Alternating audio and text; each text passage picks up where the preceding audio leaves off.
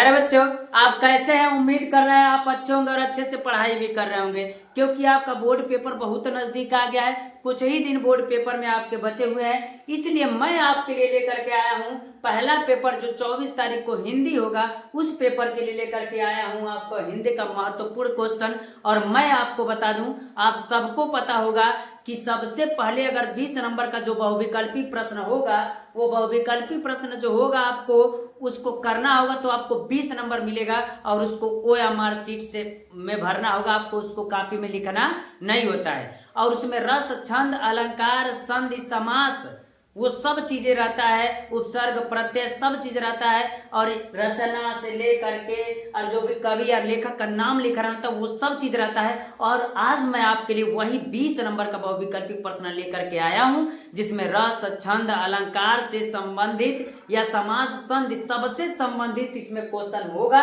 और उसी को अगर पढ़ करके बोर्ड पेपर में जाएंगे तो आपको कोई समस्या नहीं होगा। और मैं आपको बता दूं, आज से मैं स्टार्ट कर रहा हूं आपको 24 तारीख का जो पेपर हिंदी का है, और मैं रेगुलर आपको एक वीडियो दूंगा। और जितने 2 या 3-4 दिन का जो गैप बचा हुआ है उसी में मैं आपको पहला नंबर 1 से लेकर के 20 नंबर बहुविकल्पी बताऊंगा। दूसरा जो 1, 2, 3 अगर 7 क्वेश्चन और रहेंगे, 7-8 क्वेश्चन और रहेंगे, उसको करके टॉपिक बाय टॉपिक मैं क्या करूंगा आपको बताऊंगा। यानी अंततः मैं जितना आपको बताऊंगा अगर उतना पढ़ लेंगे तो आपको कोई बोर्ड पेपर में समस्या नहीं होगा। और जितना बताऊंगा उसी के अंदर से आएंगे। इसलिए प्यारे बच्चों, जो क्वेश्चन हम आपको बताएंगे उसको आप अच्छे से तैयारी कर लीजिएगा। और इसके बाद मैं जो वीडियो लाऊंगा, आपको इस बात का टेंशन नहीं लेना है कि मुझे कितना पढ़ना है, कैसे पढ़ना है, ये सब चीज मैं सेटलमेंट करके आपको दूंगा। और इसके बाद जो क्वेश्चन बचे हैं यानी OMR शीट भरने के बाद, उसको भी मैं आपको क्या करूंगा बताऊंगा। आइए प्यारे बच्चों, आज हम आपको OMR शीट वाला यानी 20 नंबर का क्वेश्चन हम आपको बताएंगे और इसी को बस पढ़ के जाएंगे तो इसी से आपका काम चल जाएगा। इससे बाहर से क्वेश्चन नहीं आएगा प्यारे बच्चों। तो आइए पहला क्वेश्चन देखते हैं। और मैं बता दूं, जब OMR शीट भरने जाएंगे तो उसमें क्वेश्चन इस प्रकार रहेगा, लेकिन इसको कॉपी में लिखना नहीं होता है, इसको बस OMR शीट में भरना होता है। और जिसको OMR शीट भरने में दिक्कत आ रही तो डिस्क्रिप्शन में जा करके देख सकते हैं, मैंने वीडियो बनाया है एक OMR शीट के लिए। उसमें 4 बना रहता है ऑप्शन ऐसे। अगर A वाला सही होगा तो A वाले को गोला कीजिएगा, एक ही। B वाले को अगर सही होगा तो B वाले को गोला कीजिएगा, इसको छोड़ दीजिएगा। अगर C वाला सही होगा तो C वाले को गोला कीजिएगा, तब इसको छोड़ दीजिएगा। अगर D वाला ऑप्शन सही होगा तो D वाले को गोला कीजिएगा, लेकिन इसको कॉपी में मत लिखिएगा प्यारे बच्चों। इस बात का पूरा ख्याल रखिएगा। बहुत से बच्चे जाते हैं तो कहते हैं कि अब तो मिल गया 20 क्वेश्चन, तुरंत कॉपी में लिखना चालू कर देते हैं और कॉपी भी भरते हैं और OMR शीट भी भरते हैं। लेकिन मैं आपको बता दूं, इस समस्या को आज आप दूर कर लीजिएगा। ये 20 नंबर का जो बहुविकल्पी क्वेश्चन होता है आपको OMR शीट में ही भरना होता है। आइए प्यारे बच्चों, पहला क्वेश्चन लेकर के चलते हैं जो आपका बहुत इंपॉर्टेंट है। कह रहा है कलम का सिपाही। कलम के सिपाही के रचनाकार कौन है? यानी कलम के सिपाही जिसने लिखा उसके रचनाकार कौन है? क्या प्रेमचंद्र है? नहीं। क्या हजारी प्रसाद है? द्विवेदी है? नहीं। क्या अमृत राय है? क्या हरिवंश राय बच्चन? इसमें से कौन सा ऑप्शन सही है? तो मैं बता दूं प्यारे बच्चों, आपका आंसर जो है वो कौन है? तो अमृत राय ने लिखा था कौन? कलम का सिपाही। अगला जो क्वेश्चन कर रहा है, त्याग पत्र के लेखक हैं, तो त्याग पत्र के लेखक इसमें कौन है? तो मैं बता दूं, त्याग पत्र के लेखक आपका जैनेन्द्र कुमार है। कौन है? जैनेन्द्र कुमार है। और इस प्रकार आपका यहाँ सही होगा, पहला सही होगा। और मैं बता दूं, आपको सही इसमें लगाना नहीं है, आपको बस OMR शीट में भरना है। आइए प्यारे बच्चों, अगला लेकर के चल रहे हैं, हंस पत्रिका के संपादक हैं। हंस पत्रिका के संपादक कौन है? तो मैं बता दूं, गुलाब राय, बाल कृष्ण भट्ट, प्रेमचंद, धर्मवीर भारती। तो मैं आपको बता देना चाहता हूं कि जो प्रेमचंद है वही क्या है? आपके हंस पत्रिका के संपादक है। हंस पत्रिका के संपादक है। अगला जो क्वेश्चन का, निम्न में से पत्रिका नहीं है। कौन सा पत्रिका नहीं है? सरस्वती पत्रिका नहीं है। सरस्वती है, हिंदू है, हाँ ये भी पत्रिका है। आनंद कादम्बरी है, हाँ ये भी पत्रिका है। तो कौन नहीं है? तो भारत दुर्दशा जो आपका है वो पत्रिका नहीं है। अगला जो क्वेश्चन है, रानी केतकी की कहानी के रचनाकार कौन है? तो रानी केतकी के कहानी के रचनाकार कौन है? तो हम कहेंगे सदर मिश्र, लल्लू लाल, इंसा अल्लाह खां, सदा सुखलाल। कौन है? तो मैं आपको बता देना चाहता हूँ, इंसा अल्लाह खां जो है वही आपके रानी केतकी के कहानी के लेखक है। अगला जो कह रहा है, अजात शत्रु नाटक के नाटककार है। कौन है? महादेवी वर्मा है, कि राजकुमार वर्मा है या जयशंकर प्रसाद है या सुमित्रानंद पंत है, तो आप किस पर लगाइएगा प्यारे बच्चों? तो आप लगाइएगा जयशंकर प्रसाद। आपका आंसर कौन सा सही होगा? तो आपका आंसर जयशंकर प्रसाद होगा। अगला कह रहा है कंकाल के लेखक है। कंकाल के लेखक कौन है? तो कंकाल किसने लिखा है? तो मैं आपको बता, क्या मुंशी प्रेमचंद ने लिखा, क्या जयशंकर प्रसाद ने लिखा, क्या निराला जी ने लिखा, क्या रामचंद्र शुक्ल ने लिखा? तो इस प्रकार हम कह सकते हैं इसके आपके कौन होंगे? तो जयशंकर प्रसाद होंगे। और मैं आपके लिए इसके बाद जो बताऊंगा उसको बहुत महत्वपूर्ण होगा। उस वीडियो को चलते उसको देखते हैं। जो क्वेश्चन है आपका मैं विकल्पी के रूप में नहीं दे रहा हूँ, सीधा इसका आंसर लिखवा रहा हूँ जिसको आसानी से आप तैयार कर सकते हैं। कह चिंतामणि किसने लिखा? तो चिंतामणि आचार्य रामचंद्र शुक्ल ने लिखा। कफन किसने लिखा? तो प्रेमचंद्र ने। मित्रता किसने लिखा? आचार्य रामचंद्र शुक्ल ने। और ये सब चीजें महत्वपूर्ण होने वाले आपके। सेवा सदन प्रेमचंद। क्या भूलू क्या याद करूं हरवंश राय बच्चन। अगला अनंत आकाश जयप्रकाश भारती। भारत दुर्दशा क्या है? तो एकांकी है एक। गुनाहों का देवता क्या है? तो उपन्यास है। लहरों के राजहंस किसने लिखा? मोहन राकेश ने लिखा। आकाशदीप किसने लिखा? जयशंकर प्रसाद ने लिखा। मैला आंचल किसने लिखा? तो हम कहेंगे फणीश्वरनाथ रेणु ने लिखा।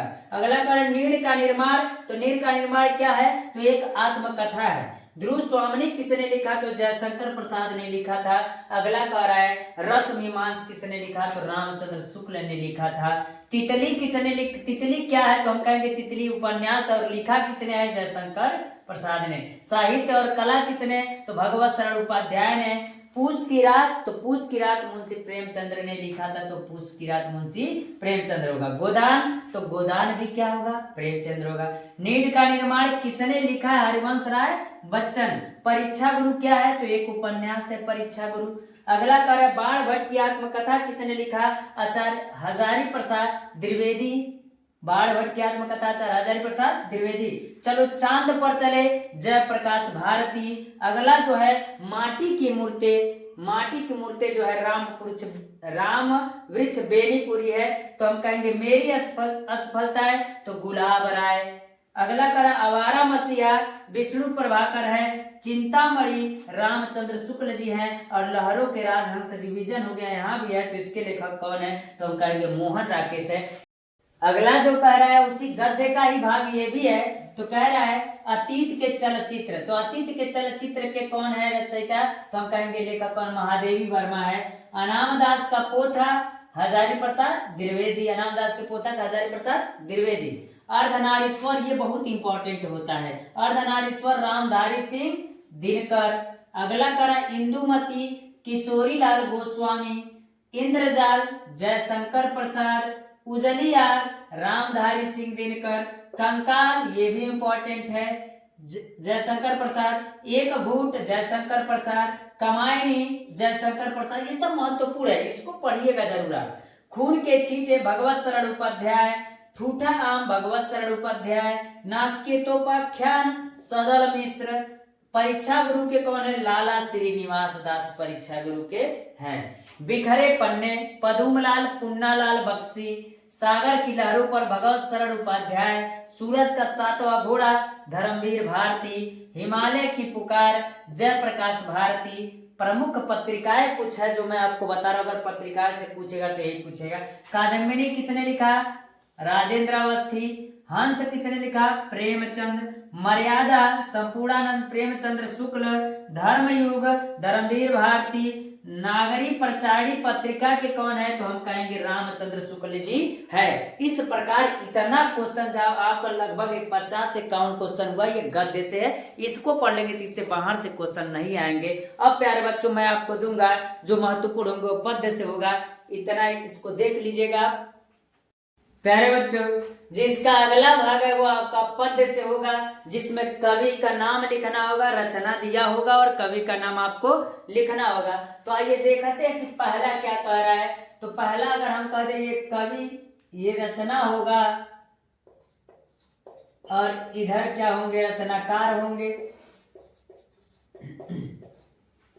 तो ये कह रहा है कि अनामिका किसने लिखा? तो अनामिका को सूर्यकांत त्रिपाठी जी ने लिखा। किसने लिखा? सूर्यकांत त्रिपाठी जी ने लिखा। अगला कर आंगन के पार द्वार, तो आंगन के पार द्वार अज्ञेय ने लिखा। उर्वशी किसने लिखा, तो रामधारी सिंह दिनकर ने लिखा। कनुप्रिया किसने लिखा, तो धर्मवीर भारती ने लिखा। कवि प्रिया किसने लिखा, तो केशवदास। इसमें थोड़ा सा फर्क है, इसमें कनुप्रिया है और इसमें क्या है, कवि प्रिया। इसके धर्मवीर भारती है और इसके केशवदास है। कानन कुसुम, कानन कुसुम के लेखक कौन है, कवि कौन है, तो जयशंकर प्रसाद है। कामायनी के भी कौन है, जयशंकर प्रसाद है। कुरुक्षेत्र का कौन है, तो कुरुक्षेत्र का हम कहेंगे रामधारी सिंह दिनकर है। गंगा लहरी, तो गंगा लहरी को पद्माकर है। चिदम्बरा का सुमित्रानंदन पंत है। तार सप्तक के कौन है, तो अज्ञेय है। दीप शिखा के कौन है, तो कहेंगे महादेवी वर्मा है। इस प्रकार प्यारे बच्चों आप आसानी से याद करेंगे तो यार हो जाएगा। अगला जो है वो पंचवटी है, मैथिली शरण गुप्त, और पथिक जो है वो राम नरेश त्रिपाठी है। और कह रहा अगला पलासवन का है, किसने लिखा, तो नरेंद्र शर्मा ने लिखा। और प्रिय प्रवास किसने लिखा, अयोध्या सिंह उपाध्याय ने लिखा। अगला जो है प्रेम वाटिका, तो प्रेम वाटिका को लिखा किसने, तो कहेंगे रसखान ने लिखा। और भारत भारती अगला जो है उसको किसने लिखा, तो हम कहेंगे मैथिली शरण गुप्त ने लिखा। तो यशोधरा किसने लिखा, तो हम कहेंगे यशोधरा किसने लिखा, तो मैथिली शरण गुप्त ने ही लिखा है इसको। रश्मि रथ किसने लिखा, रामधारी सिंह दिनकर, तो रामधारी सिंह दिनकर को कहेंगे। ललित ललाम तो मतिराम ने लिखा। इसी प्रकार लोकायन किसने लिखा, तो लोकायन ने सुमित्रानंदन पंत ने लिखा था। श्रृंगार मंजरी प्रताप शाही ने लिखा था। रामचरितमानस को तो जानते होंगे, श्री रामचरितमानस यानी तुलसीदास जी ने लिखा। सांध्य गीत किसने लिखा, सांध्य गीत यानी महादेवी वर्मा ने लिखा। और कह रहा है साकेत किसने लिखा, तो मैथिली शरण गुप्त ने लिखा। अगला कह रहा है साहित्य लहरी, तो साहित्य लहरी किसने लिखा, सूरदास ने लिखा। हारे को हरि नाम यानी रामधारी सिंह दिनकर ने लिखा। हुंकार किसने लिखा, तो हुंकार भी रामधारी सिंह दिनकर ने लिखा। इस प्रकार प्यारे बच्चों आपका गद्य और पद्य का हो गया क्या क्वेश्चन, यानी कवि और रचना के नाम हो गए। अब मैं आपको बताऊंगा रस, छंद, अलंकार और समास और उपसर्ग हम कहेंगे, उपसर्ग और प्रत्यय को बताएंगे जो आपके लिए महत्वपूर्ण होगा। इस प्रकार प्यारे बच्चों इस बात का ध्यान दीजिएगा। चलते अगला हम बताते और पढ़ते हुए है रस। प्यारे बच्चों आइए हम आपको बताते हैं कि रस क्या होता है और कैसा क्वेश्चन आपको बोर्ड पेपर में पूछेगा। और मैं बता दूं जो क्वेश्चन हम बताएंगे उसी में से पूछेगा, अलग से नहीं पूछेगा। अगर किसी को कोई समस्या है, अगर छंद, रस, छंद, अलंकार अगर आप पढ़ेंगे तो सबसे पहले मैंने आपको डिस्क्रिप्शन में पहले से वीडियो दे रखा है, पहले उस वीडियो को देखेंगे तो इस वीडियो को पढ़ने में कोई समस्या नहीं होगा। यानी टोटल क्वेश्चन आपका तैयार हो जाएगा। उससे संबंधित यानी कुछ बात और ही है जो हम आपको बताएंगे जो आपके लिए फायदा होगा। और मैं आपको बता देना चाहता हूं कि जो इसमें रस होगा, अलंकार होगा और छंद होगा, उसमें हम यह बात बताएंगे कि कौन सा रस आप में बस पूछेगा, छंद कौन कौन सा पूछेगा और अलंकार कौन सा पूछेगा, उसी को पढ़ करके जाइएगा। ज्यादा क्वेश्चन पढ़ करके मत जाइएगा प्यारे बच्चों। तो आइए हम देखते हैं कि रस से कैसा क्वेश्चन पूछेगा। तो मैं आपको बता दूं आप में दो ही रस है, हास्य रस और करुण रस। लेकिन वह कभी कभी आपसे अस्थाई भाव पूछ देता है। श्रृंगार रस का भी, शांत रस का भी, रस के कितने अंग होते ये सब पूछेगा। तो मैं बता दूं 4-5 क्वेश्चन इससे बनते हैं और लिख के रख लीजिए। एक अस्थाई भाव से क्वेश्चन पूछेगा, पूछने को दो भी पूछ सकता है। लेकिन आइए देखते हैं, अगर जिसको भी कोई भी समस्या है, इससे पहले आप डिस्क्रिप्शन में वीडियो हमने दे रखा है पहले से, रस, छंद, अलंकार का एक स्पेशल वीडियो बना, उसको पढ़ने के बाद इसको पढ़ेंगे तो आपको कोई समस्या नहीं होगा। आइए देखते हैं क्या कह रहा है ये कह रहा है कि हास्य रस का अस्थाई भाव क्या होता है। तो हास्य रस का अस्थाई भाव, तो कहेंगे हास्य रस का अस्थाई भाव क्या होता है, हास होता है। और उसमें आपको 4 बहुविकल्पी दिया होगा और चारों में दिया होगा, हास भी दिया होगा, शोक भी दिया होगा, रत भी दिया होगा और निर्वेद भी दिया होगा। तो आप घड़बड़ाइएगा मत, मैं बता दिया हूं। जब किसी व्यक्ति, वस्तु, स्थान को देखने के बाद जो हमें हंसी उत्पन्न होती है, नाटक, फिल्म, तस्वीर, किसी को देख करके अगर कह दे हमें हंसी उत्पन्न होती है, उसे क्या कहते हैं, हास रस कहते हैं। उसका स्थायी भाव क्या होता है, हास होता है। तो करुण रस का स्थायी भाव क्या होता है, शोक। अरे शोक नहीं मनाते हैं, जब कोई दुख की बात फिल्म या नाटक तस्वीर को देखते तो जो हमें दुख उत्पन्न होता है उसे क्या कहते हैं? करुण रस। तो इसका स्थायी भाव किसी से परिभाषा नहीं पूछेगा, इस बात का पूरा ख्याल रखिएगा। और न ही आपसे उदाहरण पूछेगा, उदाहरण आपका बहुविकल्पी में दे सकता है, ये पूछ सकता है कौन सा अलंकार है, मैं अभी आपको फिर से बता रहा हूं उसको। तो करुण रस का स्थायी भाव क्या हो जाएगा? शोक हो जाएगा। श्रृंगार रस का स्थायी भाव क्या हो जाएगा? तो श्रृंगार रस का स्थायी भाव रति हो जाएगा। तो रति श्रृंगार रस का कौन सा हो जाएगा? रति हो जाएगा। ये सब इंपॉर्टेंट क्वेश्चन है। शांत रस का स्थायी भाव, तो शांत रस का स्थायी भाव क्या होता है? निर्वेद होता है। और रस के कितने अंग होते हैं? तो रस के 4 अंग होते हैं। और मैं बता दूं प्यारे बच्चों, एक प्रकार का और क्वेश्चन आपसे पूछेगा, हो सकता है कि वह बहुविकल्पी में आपको एक उदाहरण दे दे और यह बात पूछ दे कि वो कौन सा रस है, करुण रस है, हास रस है, श्रृंगार रस है, शांत रस है। इसे करुण और हास्य रस ही पूछेगा, लेकिन मैं बता दे रहा हूं, अगर इससे पूछेगा क्वेश्चन तो अस्थायी भाव से पूछेगा। अगर उदाहरण दे दिया और पूछ दिया कौन सा अलंकार है तो आपको बताने में कोई समस्या नहीं होना चाहिए। पूरा वीडियो देख करके इस क्वेश्चन को हल कर सकते हैं। आइए प्यारे बच्चों अलंकार पर चलते हैं। अलंकार क्या कहता है? अलंकार में केवल अर्थालंकार ही हमको पढ़ना रहता है, शब्दा अलंकार नहीं पढ़ना रहता है, यानी अनुप्रास, यमक और श्लेष को नहीं पढ़ना रहता है। लेकिन कभी कभी आपसे उदाहरण पूछ देता है, जैसे तरन तनुजा तट तमाल या चारु चंद की चंचल किरणें खेल रही है जल थल में। तो उस बात को केयर कीजिएगा, अपने दिमाग में बैठा पढ़े रहेंगे तो कभी न कभी काम देगा। इसलिए आप अलंकार भी पढ़ लीजिएगा, मैंने पहले से डिस्क्रिप्शन में वीडियो दे रखा है। बार बार मैं कह रहा हूँ, केवल आपको कौन सा अलंकार पढ़ना है? अर्थालंकार। अलंकार 2 प्रकार का, शब्दा और अर्था। तो अर्था में पढ़ना है तो रूपक अलंकार, उपमा अलंकार और उत्प्रेक्षा अलंकार आपको पढ़ना है। यानी हम कहेंगे, एक बात का और ख्याल रखिएगा, अगर परिभाषा नहीं पूछेगा तो एक चीज क्या, इसमें परिभाषा तो पूछेगा नहीं, बस उदाहरण दे देगा और पूछ देगा कौन सा अलंकार है। सोहत ओढ़े पीत पट श्याम सलुनेगा तो मनु नीलमणि शैल परात पो पर्यो प्रभात, कौन सा अलंकार है? इस प्रकार से क्वेश्चन पूछ रहा है। पीपर पात सरस मंडोला, यह कौन सा अलंकार है? इस प्रकार का क्वेश्चन, जो भी मैं क्वेश्चन दिया हूं ना, इस बात को याद रखिए, सब हाईलाइटेड क्वेश्चन है। या हमने कह दिया चारु चंद की चंचल किरणें खेल रही है जल थल में, या तरन तनुजा तट तमाल, जो ये अनुप्रास अलंकार है, ये दोनों पूछ सकता है। आप ख्याल रखिएगा प्यारे बच्चों। अगला कह रहा है अलंकार का शाब्दिक अर्थ क्या होता है? तो अलंकार का शाब्दिक अर्थ आभूषण होता है। ये भी आपसे क्वेश्चन पूछ सकता है। और एक क्वेश्चन और पूछ सकता है कि काव्य की शोभा बढ़ाने वाले शब्दों को कहते हैं, तो क्या कहते हैं? तो सीधे परिभाषा से पूछ दिया, तो काव्य की शोभा बढ़ाने वाले शब्दों को हम क्या कहते हैं? अलंकार कहते हैं। प्यारे बच्चों आ जाइए, अब चलते छंद पर। छंद से आपसे किस प्रकार का क्वेश्चन पूछेगा और कैसा पूछेगा, तो पहले आप डीपली देख लीजिएगा वीडियो डिस्क्रिप्शन में जा करके। अब इसका छंद का अगर पूछेगा तो किस प्रकार का पूछेगा, और मैंने बता रखा है सोरठा, इसमें कह रहा है कि सोरठा और रोला ही पढ़ना है। तो मैं दोहा को बता दे रहा, क्या दिक्कत है? तो मैं बता दूं, अगर दोहा होगा तो हमने कहा था, ये देखिए ये ट्रिक याद रखिएगा, 4 चरण इसमें भी होते हैं, पहला, दूसरा, तीसरा और चौथा। सोरठा अगर लेके चलते हैं तो सोरठा में क्या होगा? तो इसमें भी 4 चरण, 1 2 3 और 4 चरण, 1 2 3 और 4 चरण। और रोला होगा तो रोला में भी कितने चरण होते हैं? 1 2 3 और 4, 1 2 3 और 4। और मैं आपको बता दूं, ये पहला और तीसरा जो चरण होता है इसमें 13 मात्रा है। कितनी मात्रा है? 13। और यही मात्राएं पूछेगा प्यारे बच्चों, रट लेना, मैं बता दे रहा हूं। अगर इस छंद से कोई पूछेगा तो आपको मात्रा गिनने के लिए जरूर एक क्वेश्चन पूछेगा।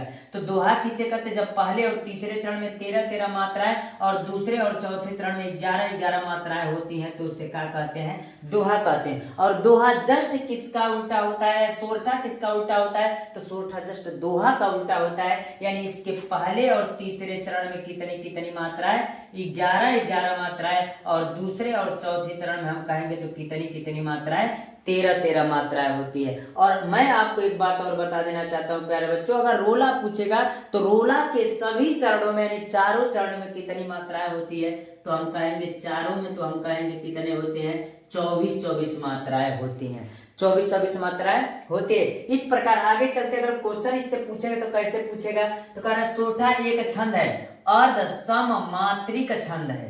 अर्ध सममात्रिक छंद है कौन? सोरठा। सोरठा के पहले और तीसरे चरण में मात्राएं कितनी होती है? तो सोरठा के पहले और तीसरे चरण में 11-11 मात्राएं, जैसे कि हमने यहाँ बता रखा है पहले आपको। अगला चलते हैं, सोरठा के दूसरे और चौथे चरण में मात्राएं कितनी होती है? तो कहेंगे 13-13 मात्राएं होती हैं। अगला करा दोहा के पहले और तीसरे चरण में कितनी मात्रा है? तो दोहा के पहले और तीसरे चरण में 13-13 मात्रा है, तो 13-13 लगाएंगे।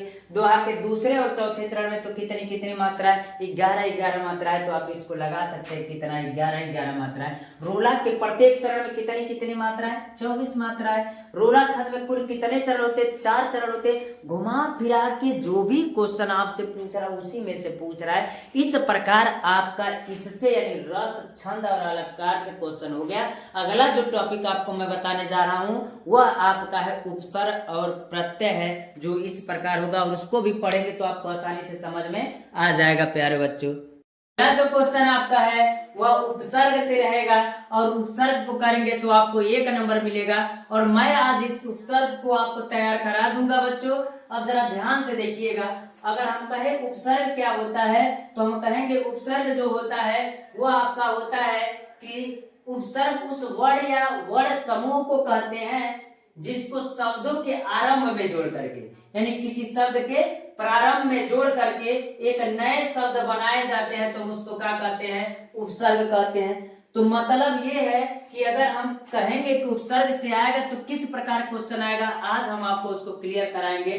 तो कह रहा है कि एक शब्द दिया रहेगा, एक शब्द दिया रहेगा और उसी को जोड़ करके नया शब्द जब बनाया जाता है तो उसे उपसर्ग कहते हैं।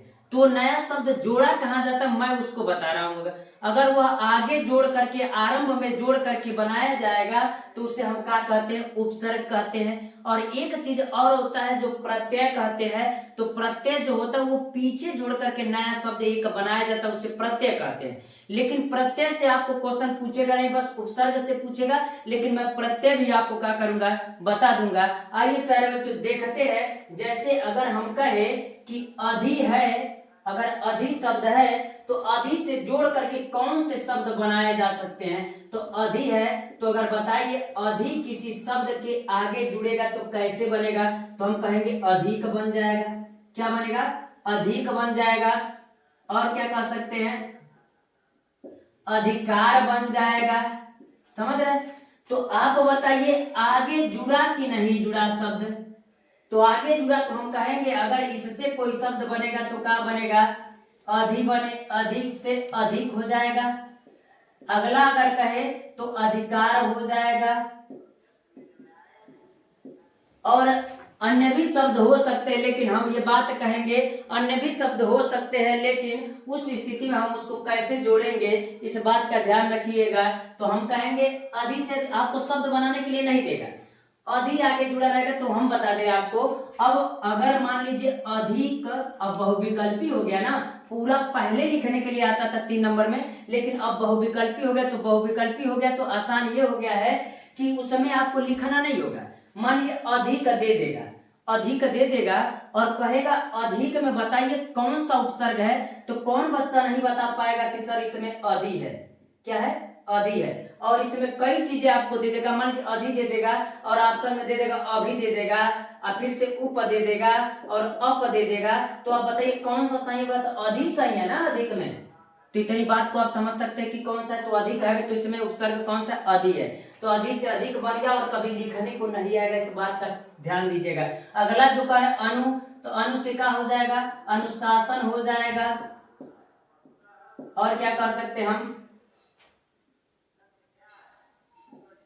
अनुपालन भी कह सकते हैं। ठीक है। अगर हम कह दे अनु से शब्द बनेगा तो किस प्रकार बनेगा? 2 का बनेगा। आप बताइए प्यारे बच्चों कि उपसर्ग जब ये कह रहा है तो आगे शब्द जोड़ करके बनाया गया कि नहीं? जब आगे शब्द जोड़ करके बनाया गया तो हम यह बात कह सकते हैं कि ये क्या है? उपसर्ग है। इसमें भी आगे जोड़ करके बनाया गया। जब आगे जोड़ करके वो चीज बनाया जाएगा तो उसे हम क्या कहते हैं? उपसर्ग कहते हैं। और बार बार करें आपसे लिखने के लिए नहीं आएगा। अगर अनुशासन दे देगा और अनुशासन में पूछ देगा बताइए उपसर्ग कौन है, तो क्या आप बता नहीं सकते कि अनुशासन उपसर्ग है? इतनी बात तो बता सकते हैं। अगर हम कहें आपसे, अगला देखिएगा अप दे दिया तो अप से क्या कहेंगे? अपमान कह दीजिए। और क्या कह सकते हैं, अपमान हो जाएगा, और अपमान भी हो जाएगा, और हम कह सकते हैं अपकार भी हो जाएगा। बस हम बता रहे हैं आपको, ध्यान से सुनिएगा। इसी प्रकार शब्द जुड़ रहे, तो फिर इस समय उपसर्ग आगे जुड़ा कि नहीं जुड़ा। जब उपसर्ग आगे जुड़ेगा तो उस स्थिति में हम क्या कह सकते हैं, ये क्या है, उपसर्ग है। अब जल्दी जल्दी आगे भी देख ले, अभी है तो अभी से क्या हो जाएगा, अभिमान हो जाएगा, अभिलाषा हो जाएगा। समझ रहे हैं प्यारे बच्चे कि कैसे ये वर्ण अभिलाषा हो जाएगा। दो ही देते हैं आपको, लिखने के लिए नहीं देगा, मैं बता रहा हूँ। आगे जुड़ रहा है कि नहीं जुड़ रहा है, जब आगे जुड़ेगा तो हम क्या कहेंगे, उस स्थिति में हम उसको कहेंगे कि उपसर्ग है। और मैं बार बार कर रहा, आपसे पूछेगा तो ये नहीं लिखने के लिए कहेगा, ये दे देगा और पूछेगा बताइए कौन सा उपसर्ग है, तो आज के बाद आप बता ले जाएंगे। जो आगे शब्द जुड़ करके नए शब्दों में वो नया शब्द बनाता है तो उसको क्या कहते हैं, उपसर्ग कहते हैं। तो आज से क्या कहेंगे, आप क्या कह सकते हैं, आपदा कह सकते हैं। समझ गए। तो आज जुड़ा कि नहीं, तो आज जुड़ा तो उपसर्ग होगा। उप कहेंगे तो उपवन हो जाएगा, उपकार हो जाएगा। तो उप जुड़ा कि नहीं जुड़ा, अन है तो अनर्थ हो जाएगा, अनर्थ हो जाएगा। अगर हम कह दे अनर्थ हो जाएगा, अनाथ भी कह सकते हैं। तो इसमें बताइए अन जुड़ा कि नहीं जुड़ा, तो हम कह सकते हैं अति है तो अति क्या हो जाएगा, अतिसार हो जाएगा। समझ रहे हैं। तो इसमें अति जुड़ा कि नहीं जुड़ा, तो हम कह सकते हैं उपसर्ग है। परि है तो परिवार हो जाएगा, परिवेश हो जाएगा।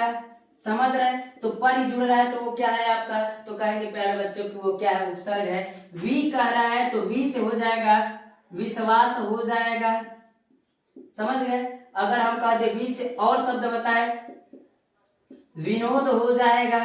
तो उस स्थिति में वी जुड़ रहा है कि नहीं जुड़ रहा है, जब जुड़ रहा है तो वो क्या हो जाएगा, आप समझ गए कि क्या हो जाएगा। अगला कह रहा है सह पाठी हो जाएगा, सहपाठी हो जाएगा। तो सह जुड़ा कि नहीं जुड़ा, तो वह आपका क्या होगा, अवसर होगा। सु है तो क्या कह देंगे, सुगंध कह देंगे, सुशासन कह देंगे। ये शब्द जब जुड़ेगा तो हम कह सकते हैं ये क्या है, तो ये हम कह सकते हैं उपसर्ग है। प्यारे बच्चों, उम्मीद करें ये बात आपको समझ में आ रही होगी। और मैं आपको हिंट दे देना चाहता हूं और बता देना चाहता हूं, ये पूछेगा नहीं लेकिन हम बता दे रहे हैं। अब प्रत्यय क्या होता है, तो प्रत्यय को हम बता देते हैं। तो प्रत्यय किसी शब्द के अंत में जुड़ करके बनता है। तो प्रत्यय अगर हम कहेंगे तो कहेंगे कि शब्द के अंत में जुड़कर बनता है, शब्द के अंत में जुड़कर बनता है, जुड़कर बनता है। तो जैसे हम ता कह दे और हम मान लीजिए वन कह दे, पन कह दे, तो आप बताइएगा इसमें अगर प्रत्यय पूछेगा तो बता पाएंगे कि नहीं। अगर हम कह दे ना कह दे तो आप बताइए अगर ता रहेगा तो पढ़ता होगा कि नहीं होगा। तो इसमें ता अंत में जुड़ा कि नहीं जुड़ा, तो वो क्या कहलाएगा, प्रत्यय कहलाएगा। लिखता कहलाएगा, तो लिखता में ता प्रत्यय है कि नहीं है, ता प्रत्यय, तो जो अंत में जुड़ता है उसको क्या कहते हैं, प्रत्यय कहते हैं। उम्मीद कर रहे हैं प्यारे बच्चों समझ में आ रहा होगा। तो वन है तो वन अंत में जोड़ करके बनाए तो उपवन होगा कि नहीं होगा, होगा। तो इस प्रकार कह सकते हैं उपवन भी हो सकता है, मधुबन भी हो सकता है। तो मधुबन होगा तो वन अंत में आ रहा है कि नहीं है, आ रहा है। पन तो बचपन हो जाएगा, लड़कपन हो जाएगा। तो जब कोई शब्द अंत में जुड़ता है तो उसको क्या कहते हैं, प्रत्यय कहते हैं। ना तो अपना, पढ़ना, लिखना। हम कह रहे बार बार ये आपसे लिखने के लिए नहीं कहेगा, आपको ये बात कहेगा कि उस स्थिति में आपको पहचानना होगा और पूछ देगा क्या है। तो बस ये शब्द दिया रहेगा ऑप्शन में 4 वो, और इसमें से कोई उठा के पूछ देगा और पूछ देगा कि बताइए कौन सा, तो आपको कोई दिक्कत नहीं होना चाहिए बताने में। आइए अगला जो टॉपिक है आपका वह समास से है। तो समास को देखते समास क्या कहता है। तो हम कहेंगे जब दो या दो से अधिक पदों के बीच संयोजक पदों को हटा करके एक संक्षिप्त पद बनाया जाता है तो उस संक्षिप्त पद को क्या कहते हैं, समास कहते हैं। दो या दो से अधिक शब्दों के मेल को हम क्या कहते हैं, समास कहते हैं। ये परिभाषा में पूछ सकता है कि किसे क्या कहते, दो या दो से अधिक शब्दों के मेल से बने शब्दों को हम क्या कहते हैं, समास कहते हैं। तो समास कितने प्रकार के होते हैं, तो 6 प्रकार। द्वंद्व समास, तत्पुरुष समास, अव्ययी भाव समास, कर्मधारय समास, द्विगु समास और बहुव्रीहि समास। लेकिन आपके सिलेबस में पढ़ना कौन कौन सा है, तो हम बता दें आपको द्वंद्व समास पढ़ना है, याद रखिएगा द्वंद्व समास पढ़ना है, मैं उसी को बताऊंगा भी। कर्मधारय समास, तो कर्मधारय समास आपको पढ़ना है, द्विगु समास पढ़ना है तो द्विगु समास आपको पढ़ना है, और बहुव्रीहि समास पढ़ना है तो बहुव्रीहि समास पढ़ना है। एक बात का केयर कीजिएगा, मैं इस दो चीज को नहीं बताऊंगा, लेकिन कह रहा है इसमें दोनों पद प्रधान होते हैं, इसमें उत्तर पद प्रधान होता है, इसमें उत्तर पद प्रधानता, इसमें कोई तीसरा पद प्रधान होता है तो उसको हम क्या कहते हैं, ये सब समास कहते हैं। आइए पहला हम देखते हैं तो द्वंद्व समास किसे कहते हैं, और मैं बता दूं अगर पूछेगा तो इससे ज्यादा पूछता है, आप लिख लीजिए और देख लीजिए। कारण जिस समास में दोनों पद प्रधान होता है और जिसमें कोई भी पद प्रधान ना हो, ऐसा लगेगा कि दोनों पद प्रधान है और नहीं तो कोई पद प्रधान नहीं है, तो इस प्रकार के समास को हम क्या कहते हैं, द्वंद्व समास कहते हैं। और याद रखिएगा द्वंद्व समास सबसे आसान होता है, क्योंकि जब भी द्वंद्व समास आएगा तो बीच में उसके डैश दिया रहेगा, और डैश जब दिया रहेगा तो आप समझ जाइएगा द्वंद्व समास, और इसी में से अगर पूछेगा समास तो लिख के रख लीजिए, इसमें से पूछेगा, और नहीं तो द्विगु समास पूछता है, हम बता रहे हैं आपको।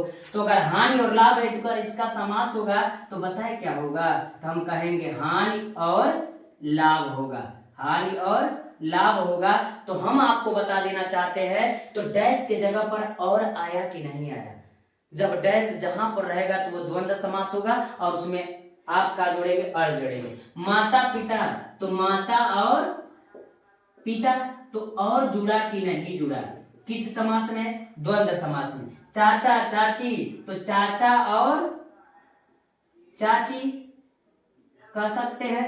अगला जो कह रहा है राधा कृष्ण, राधा और कृष्ण, राधा और कृष्ण।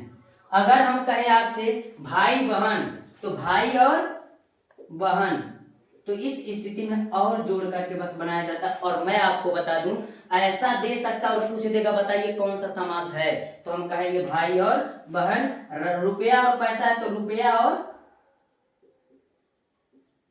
पैसा। अगला जो है दिन रात, दिन और रात। तो इस प्रकार हम कह सकते हैं कि जो समास होगा उस समास में द्वंद्व समास इस प्रकार होगा। जो आपका अगला समास है वो हम कर्मधारय समास है।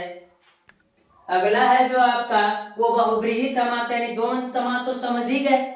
बहुव्रीहि समास क्या था तो मैं बताता हूं आपको बहुव्रीहि समास क्या होता है। तो कारण जिस समास के समस्त पदों में कोई भी पद प्रधान न हो, यानी न पहला पद हो न दूसरा पद हो, कोई तीसरा पद प्रधान होता है, उसे क्या कहते हैं, तो उसे हम बहुव्रीहि समास कहते हैं। जैसे श्वेतांबर, श्वेत है अंबर जिसका, अंबर जिसका, अर्थात किसको कहते हैं, तो मां सरस्वती का क्या होता है, श्वेतांबर सफेद वस्त्र होता है। तो इस प्रकार कह सकते हैं। तो न श्वेत है न अंबर प्रधान है, तो तीसरा पद कौन आ गया, सरस्वती जी आ गई, सरस्वती मां आ गई, तो वो प्रधान हो गई, तो इसलिए वो तीसरा पद प्रधान, न पहला न दूसरा, तो है कौन, तीसरा, तो तीसरा पद प्रधान होगा तो बहुव्रीहि समास कहलाएगा। लंबोदर, लंबा है उदर जिसका, लंबा है उदर जिसका, यानी पेट लंबा है उदर जिसका, अर्थात अगर अर्थात कहे तो कौन आ जाएंगे, तो कहेंगे अर्थात कौन, तो गणेश आ जाएंगे।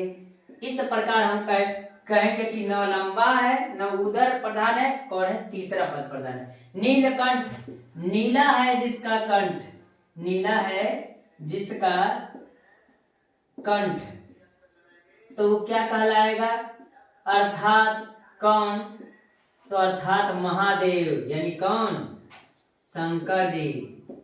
कहते हैं ना महादेव को कहते हैं हम क्या, नीलकंठ, नीला है जिसका कंठ। अगला कह रहा है पीतांबर, यानी पीला है जिसका वस्त्र, या पीला है जिसका अंबर, तो हम कहेंगे पीला है जिसका अंबर, अर्थात कौन, तो श्री कृष्ण जी। देखे होंगे कि श्री कृष्ण का बचपन रूप का जब यानी बचपन का वर्णन किया गया होता है, बाल कृष्ण का वर्णन किया गया तो पीले कलर का वस्त्र पहने रहते हैं। तो इस प्रकार कह सकते हैं न पहला होगा न दूसरा होगा, तो कौन होगा, तीसरा होगा।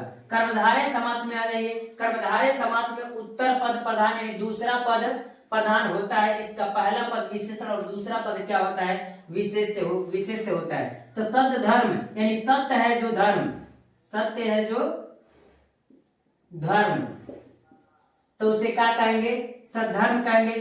पुरुषों में पुरुषोत्तम, तो पुरुषों में उत्तम, तो हम क्या कहेंगे, पुरुषों में उत्तम। तो आप बताइए, दूसरा पद ही तो बता रहा है सत्य, क्या सत्य, तो धर्म को सत्य बना के, तो दूसरा पद प्रधान है कि नहीं, पुरुषों में, क्या पुरुषों में, तो पुरुषों में उत्तम, तो दूसरा पद में विशेषता बताता है। चंद्रमुख, चंद्रमा के समान मुख, क्या चंद्रमा के समान, तो मुख, तो दूसरा पद प्रधान है कि नहीं है, तो उसे क्या कहते हैं, कर्मधारय। नरसिंह, तो सिंह रूपी क्या करे, नरसिंह यानी नर, किसके समान, नर, या ऐसे भी कह सकते हैं सिंह रूपी नर, तो नर कैसा, सिंह रूपी, तो पहला यानी दूसरा पद प्रधान है कि नहीं। इस प्रकार आपका कर्मधारय समास हो गया। एक समास जो बचा है वो आपका द्विगु समास है, जो द्विगु समास है वह आपका अगला और लास्ट समास जो है वो है आपका द्विगु समास, जो आपके सिलेबस का है। इसलिए द्विगु समास किसे कहते हैं, द्विगु समास में पहला पद संख्यावाची होता है। पहला पद क्या होता है, संख्यावाची। संख्या का मतलब मैं बता दूं, 100 से 3 से 9 से 84 संख्यावाची की नहीं, 100 से शताब्दी, यानी 100 से शताब्दी, तो हम कहेंगे शताब्दी का 100 वर्षों का समूह, 100 वर्षों का समूह। और इस समय एक चीज और हम लिखे हैं, वो यह समास समूहवाची होता है, समूह की बात करता है। तो 100 वर्षों का समूह, 100 वर्षों का समूह है ना, त्रिफला। 100 से देखिए, 100 से संख्या 100 से 70 भी होता है, समझ रहे ना, 100 से क्या होता है, 70 होता है। इस प्रकार का त्रिफला, 30 से देखिए, 30 से 93 होता है, 63 होता है, तो संख्यावाची है कि नहीं। 9 से 9, तो 9 आ रहा है ना, 4 से 64 चौराहा यानी 4 आ रहा है ना, तो इस प्रकार का त्रिफला माने 3 फलों का समूह, तो 3 फलों का समूह हो जाएगा। अगला 9 ग्रह, तो 9 ग्रहों का समूह, 9 ग्रहों का समूह, तो हम इस प्रकार कह सकते हैं यह चौराहा, 4 राहु का समूह, तो हम इसको क्या कहेंगे, 4 राहु के समूह को हम क्या कहेंगे, चौराहा कहेंगे। इस प्रकार आपका द्विगु समास है, यानी समास से भी जो आपके सिलेबस की बात है तो वो क्या कर दिया, हमने बता दिया। और एक बात का ख्याल रखिएगा, आपको इसको बनाकर किसको नहीं कहेगा, इसमें से कोई दे देगा या पूछ देगा संख्यावाची कौन होता है, द्विगु समास, द्वंद्व समास, बहुव्रीहि समास, अन्य समास, जो भी पूछेगा इसको लिखिएगा। अगला इस प्रकार हो गया। अगला जो होगा आपका, प्यारे बच्चों, जो अगला आपका टॉपिक होगा वह आपका होगा तद्भव, तत्सम एवं पर्यायवाची से शब्द होगा, जिसमें से आपको 1 नंबर के क्वेश्चन पूछेंगे। और ये थोड़ा सा आपको देखना पड़ेगा, लेकिन फिर भी मैं बता दे रहा हूं कि तत्सम रूप क्या होता है और तद्भव रूप क्या होता है। तो मैं सीधा सीधा इजी भाषा में बता दूं कि तद्भव रूप जो होता है वो थोड़ा सा हिंदी में रहता है, और जो तत्सम होता है तो वो संस्कृत में होता है। यानी जिसमें 100 है वो संस्कृत में है, बाकी तो हिंदी में होगा ही, लेकिन तरीका हमने बता दिया समझने का और पढ़ने का। जो संस्कृत में थोड़ा सा शब्द आएगा तो वो क्या होगा, तत्सम होगा। और सबसे बड़ी बात यह है कि आपको पहले जैसे आपको लिखना नहीं होगा, इसमें आपको बहुविकल्पी दिया होगा और ऑप्शन आपको चुन के लिखना होगा, और इतना पढ़े रहेंगे तो उसमें से कोई दिक्कत नहीं होगा। तो कह रहा है संस्कृत के वे शब्द जो ज्यों के त्यों हिंदी में प्रयोग होते हैं उसे तत्सम शब्द कहते हैं। जैसे वायु, अग्नि आदि भी है तो तत्सम है। संस्कृत के ऐसे शब्द जो थोड़े से परिवर्तन के साथ हिंदी में प्रयोग होते हैं, यानी संस्कृत के ऐसे शब्द जो थोड़ा सा परिवर्तन के बाद किसमें परिवर्तन होते हैं, हिंदी में प्रयोग होते हैं, उसे क्या कहते हैं, तद्भव शब्द कहते हैं। जैसे अगर कह दे तद्भव में आज का क्या होता है, अध्यय होता है, नेह का क्या होता है, स्नेह होता है, कान का क्या होता है तो वो कर्ण होता है, कोई समस्या नहीं है।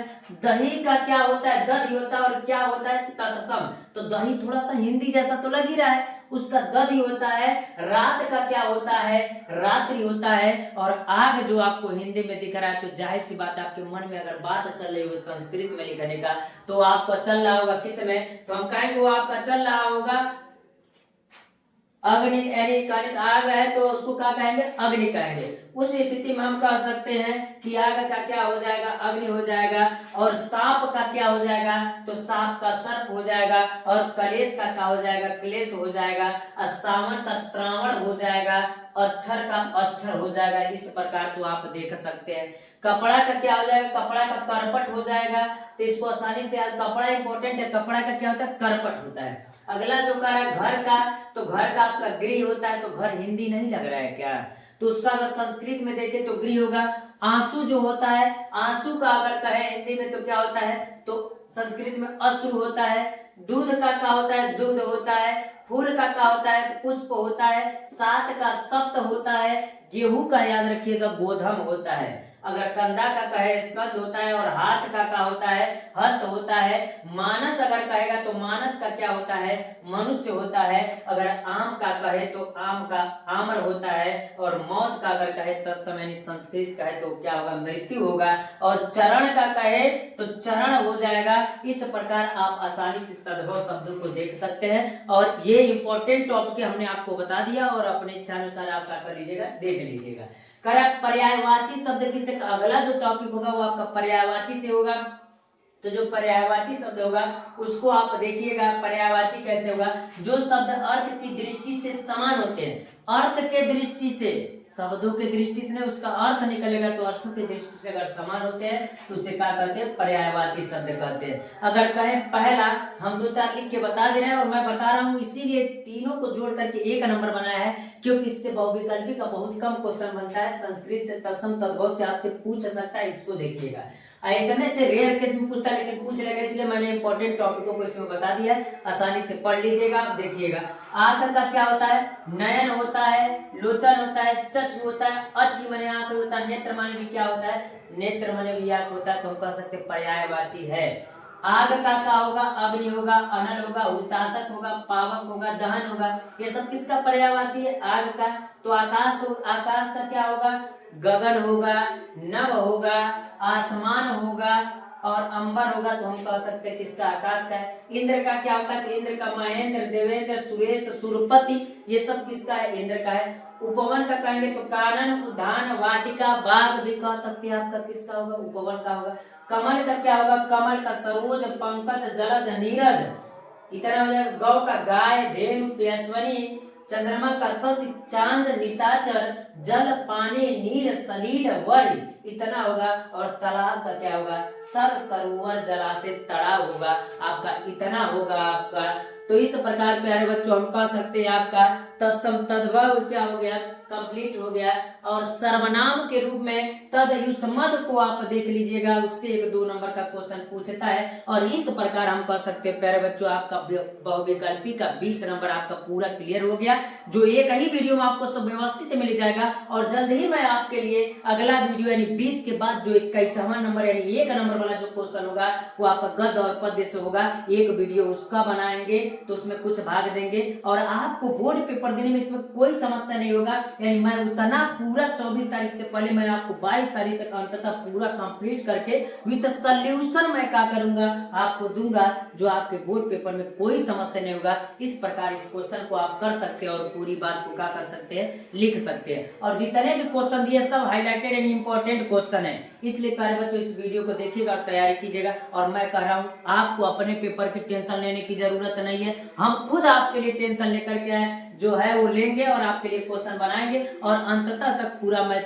जितना भी क्वेश्चन 7 या 9 क्वेश्चन रहेगा मैं सबको तैयार करा के देता हूँ। प्यारे बच्चों इतना याद कर लीजिएगा, आज के लिए इतना रहने देते हैं, धन्यवाद।